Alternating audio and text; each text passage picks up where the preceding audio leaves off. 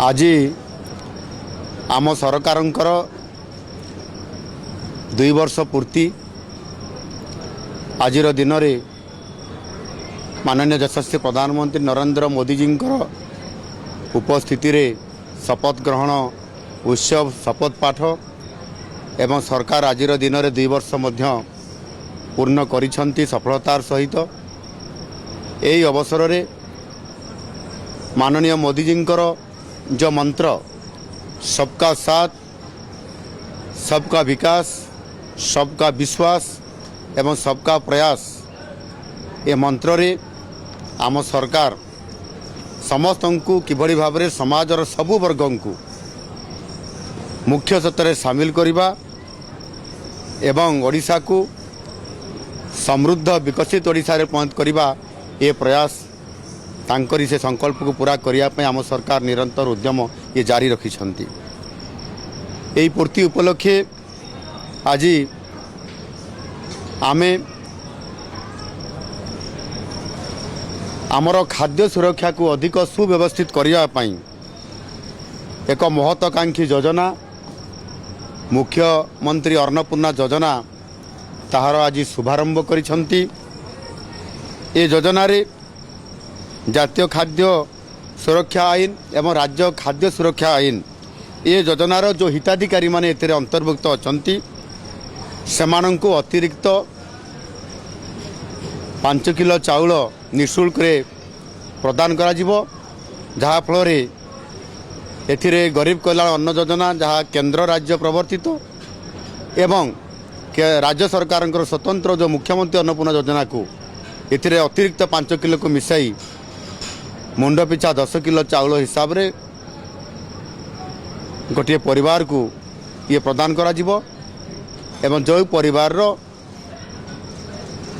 गोटे लोक आर्थिक अभाव कारण अनेक समय चढ़ारे जो कष्ट हुए अनेक जगार शिशु अपपुष्टिर मध्य शिकार होती ये समस्त को ध्यान रे रखिकी वृद्धा लोक अनेक समय खाद्य अभाव जनित समस्या रे जर्जित हुंती आ सुधारवाई एथिरे अधिक उन्नति आने आम सरकार व्यवस्था करिसेंती। ए योजना राज्य सरकार पक्षर वार्षिक प्राय 8,813 कोटी टंका ये खर्च करा जिवो।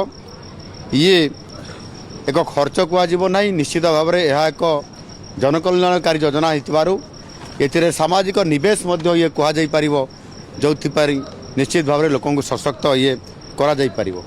यह सहित आज यही अवसर रे राजधानी भुवनेश्वर पर गोटे बहुत बड़ा खुशी खबर भुवनेश्वर जो भीड़ होउची ट्रैफिक कंजप्शन होउची ए ट्रैफिक कंजप्शन को डी कंजप्शन करबा पई जेभली भाव में जयदेव विहार नंदनकानन पर्यंत रास्ता सबुबले भीड़ रोची एवं से ताहार ए भीड़ को डी कंजप्शन करने नियंत्रण करने विकल्प भाव में आउ गोटे रास्ता को आम सरकार डेवलप करिसेंती। वार्स डिपार्टमेंट तरफरु एकाम्र छकरू ताको इंस्टीट्यूट ऑफ मैथमेटिक्स पर्यंत ये रास्ता को 6 लेन विशिष्ट जमी अधिग्रहण कलापर एथिरे पाखापाखि 128 कोटी टंका खर्च करा जाई 6 लेन करिकी संपूर्ण भाव में जयदेव विहार नंदनकानन जो भीड़ रास्ता को भीड़ नियंत्रण करने ये गोटे माध्यम आज आम सरकार ताको सुनिश्चित करिसेंती। 13 किलोमीटर रास्ता निर्माण होईची मात्र 3 मास भितर ये रास्ता को संपूर्ण करा जाई पारिची आ सेथिपाई संपूर्ण भाव में भुवनेश्वर आगामी दिन में ट्रैफिक को निश्चित भाव में समस्या अधिकांश दूर करि पारिबो। सही भली भाव में जो जयदेव विहार एवं नंदनकानन जो रास्ता अच्छी जो 6 लेन रास्ता अच्छी जो भीड़ अच्छी ए भीड़ को संपूर्ण भाव में नियंत्रण को आनिबापाई सेथिरे जयदेव विहार एवं नंदनकानन रास्तार उन्नतीकरण करा जिवो जहाँ 6 लेन अच्छी ता 8 लेन हबो एवं फ्लाईओवर निर्माण करने सहित से ट्रैफिक को संपूर्ण भाव में नियंत्रण करा जिवो एवं यह एथिपाई प्राय पाखापाखि 1,000 कोटी टंका 949 कोटी अधिक टंका व्यय बराद କରାଯାଇଛି ତାହାର ଆଜି ଶିଳାନ୍ୟାସ କରାଗଲା। ଖୁବ୍ ଶୀଘ୍ର ଏ କାମ ଆରମ୍ଭ ହେବା ପାଇଁ ଯାଉଛି।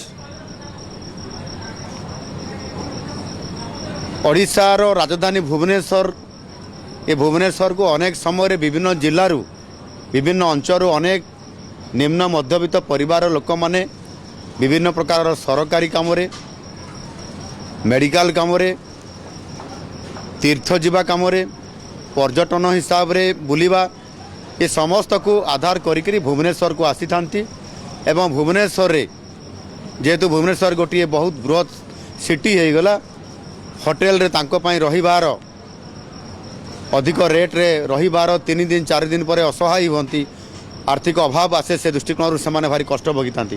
ଏହାକୁ ଆଧାର କରିକି ଆମ ସରକାର ଏକ ଲୋକମାନେ କିଭଳି ଭାବରେ ନିରାପଦରେ ରହିବେ, ରାଜଧାନୀର ମୁଖ୍ୟ ଯେଉଁ ଛକ ରହିଛି ମାଷ୍ଟର କ୍ୟାଣ୍ଟିନ୍ ସେ ପାଖରେ ରହିବେ, ସେଇଠୁ ବିଭିନ୍ନ ଡେଷ୍ଟିନେସନ୍କୁ ସେମାନେ ଯାଇପାରିବେ। ଆଉ ସେଥିପାଇଁ ଆମେ ଏକ ଜନାଶ୍ରୟ ଭବନ ନିର୍ମାଣ କରିବା ପାଇଁ ଯାଉଛୁ। ତାହାର ଶିଳାନ୍ୟାସ ଆଜି କରାଗଲା। ଏଥିରେ 574 କୋଟି ଟଙ୍କା ଖର୍ଚ୍ଚ ହେବ ଏବଂ ପାଖାପାଖି 2500 ପାଖାପାଖି ଲୋକ ଏଥିରେ ପ୍ରତିଦିନ ସେ ଜନାଶ୍ରୟ ଭବନରେ ରହିପାରିବେ ସ୍ୱଳ୍ପ ମୂଲ୍ୟରେ ଏବଂ 3 ଦିନ ପର୍ଯ୍ୟନ୍ତ ରହିପାରିବେ। ସେଠି କ୍ୟାଣ୍ଟିନ୍ ରହିବ, ସେଠି ଗୋଟେ ମାର୍କେଟ ବି ରହିବ ଏବଂ ସେ ଜାଗାକୁ ବସ୍ ବି ଦିଆଯିବ, ଯେଉଁଥିରେ କି ବିଭିନ୍ନ କିଏ ଏମ୍ସ ଯିବ, କିଏ ନନ୍ଦନକାନନ ଯିବ ଏବଂ କିଏ ମେଡ଼ିକାଲ ଯିବ, କିଏ କୋର୍ଟ କାମ କରିବ, କିଏ ପ୍ରଶାସନିକ କାମ କରିବ, କିଏ ଡାଇରେକ୍ଟର ଅଫିସ୍ ଯିବ। ଏ ସମସ୍ତ କଥାକୁ এইটি যে বস নিয়ন্ত্রণ রহব, এই বস বেরু সে আরামসে যাইপারে, আসিপারে, 3 দিন পর্যন্ত সুখ স্বাচ্ছন্দ্য সহিত রহিপার। এ প্রকার সুবিধা ভারতবর্ষে প্রথম থর করে ওড়িশা এ কার্যক্রম করা যাচ্ছেন। তাহার আজ শিলান্যাস করা যাইছে। আজি মধ্য আমার মহিলা এবং শিশু বিকাশ এবং মিশন শক্তি এ যোজনা আধারে আজ অঙ্গনবাড়ি কর্মী, সুপরভাইজর এবং ব্লক সংযোজক যে অনেক সেমানে তাঙ্ক কার্যরে আহুরি স্মার্টলি কেমতি কাম করে পারিবে, সেথিপাই স্মার্টফোন দেবার ব্যবস্থা তাকে করা যাইছি। প্রায়তঃ 75,000 পাখাপাখি অঙ্গনবাড়ি কর্মী ঠু আরম্ভ করি সুপরভাইজর এবং ব্লক সংযোজক মানুষ ইয়ে প্রদান করা যাব। তাহার শুভ উদ্ঘাটন আজ করা যাইছি এবং সেমানকু বন্টন করিবার প্রক্রিয়া আরম্ভ হয়েছে। এর দ্বারা তাঙ্কর দৈনন্দিন কামরে, সরকারি কামরে তাহা এ মোবাইল বহুত সহায়ক হয়ে পারিব। সেইভাবে ভাবে আজ মধ্যে আহরি অনেক গুড়াଏ কার্যক্রম আমি রখিছু। সরকারঙ্কর কাম হচ্ছে লোকঙ্কর সরকার হিসাবে লোকঙ্কু সমস্ত প্রকার সেবা যোগাই দেবা এবং সবু অঞ্চল লোকঙ্কু সমস্ত প্রকার সুখ স্বাচ্ছন্দ্য যোগাই দেবা। সরকার 2 বর্ষ সফলতাপূর্বক ଏହା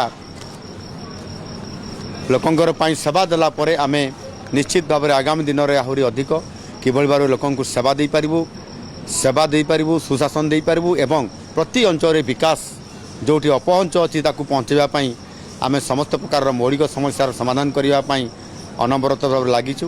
ନିଶ୍ଚିତ ଭାବରେ ମହାପ୍ରଭୁ ଜଗନ୍ନାଥଙ୍କ ଆଶୀର୍ବାଦରେ ଲୋକଙ୍କୁ ସେବା ଦେବାର ଏ ଶକ୍ତି ଏବଂ ଓଡ଼ିଶାକୁ ଯଶସ୍ୱୀ କରାଇବାରେ ଆମ ସରକାର ପ୍ରତିଶ୍ରୁତିବଦ୍ଧ ଆଉ ତାକୁ ସୁନିଶ୍ଚିତ କରିବେ।